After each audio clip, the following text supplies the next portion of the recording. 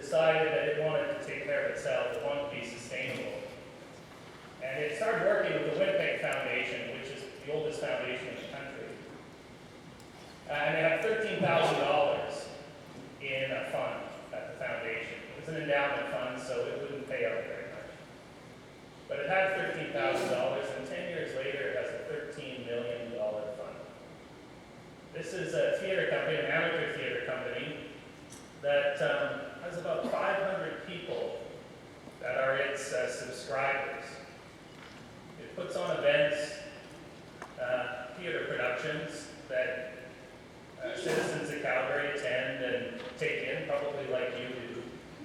And it goes about engaging the community in educational activities, promotional activities, and now it's sustainable through its earned income off of its ticket sales and through the earnings off of that endowment. It takes care of itself. Now, it didn't achieve that just because it produces good theater. I'm sure it does. But there's probably no other amateur theater company in the country that is sustainable in the same way. So it wasn't just about its supply.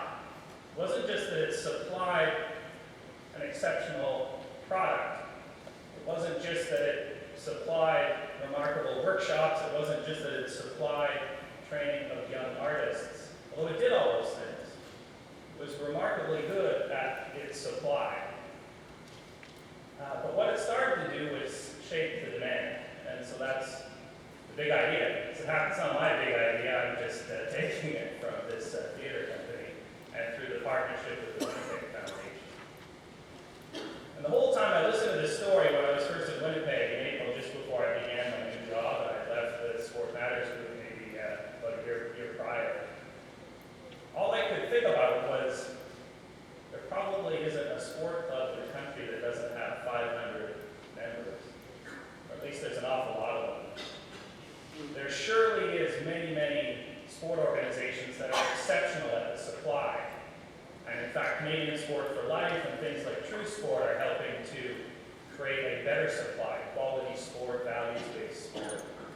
We're getting much better at that. But we haven't shaped the demand. And in some ways, there'll never be enough supply. But if we shape the demand, we have a chance. So what does it mean to shape the demand? Shape the demand would have Canadians, like the theater goers in Winnipeg, seeking out involvement in a certain kind of way with that theater company. Shaping the demand in sport would have parents seeking out Canadian Sport for Life in their sport programs. Shaping the demand would mean that there would be an interest to not only contribute their registration fees, but to build a kind of community sport club that was itself sustainable. They would want it, they would demand it, they would seek it from their community organization, from their local club. And so that's the kind of stuff we're doing up the road in Chelsea, or some of us are starting to at the Cascades Club, so hopefully there's a couple of paddlers up there in the room. But it's this idea of starting to engage the citizens of your community, engage the community and shape what it is that they want. Help them understand that they want what this room already believes in. And in so doing, take up the big idea. Spend a little less time working on the supply and a little more time